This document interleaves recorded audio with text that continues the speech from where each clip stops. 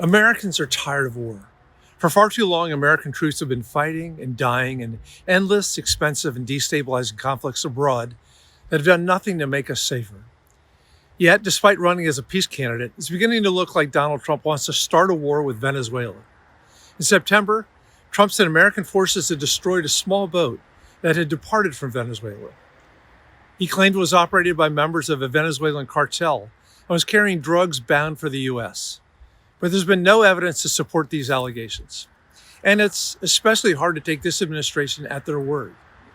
Trump has since ordered the strike of at least 5 vessels, killing 27 people without any charges or due process. It's extremely plausible that innocent people have been murdered at the hands of the U.S. government, including citizens of neighboring nations.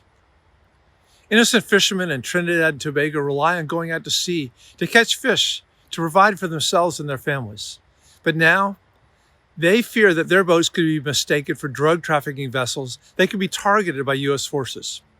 Earlier this month, President Trump sent a letter to Congress saying that he had unilaterally decided the U.S. is now engaged in a formal armed conflict with drug cartels. He's using the same vague language that led to the never-ending war on terror. Drug trafficking is now being called narco-terrorism.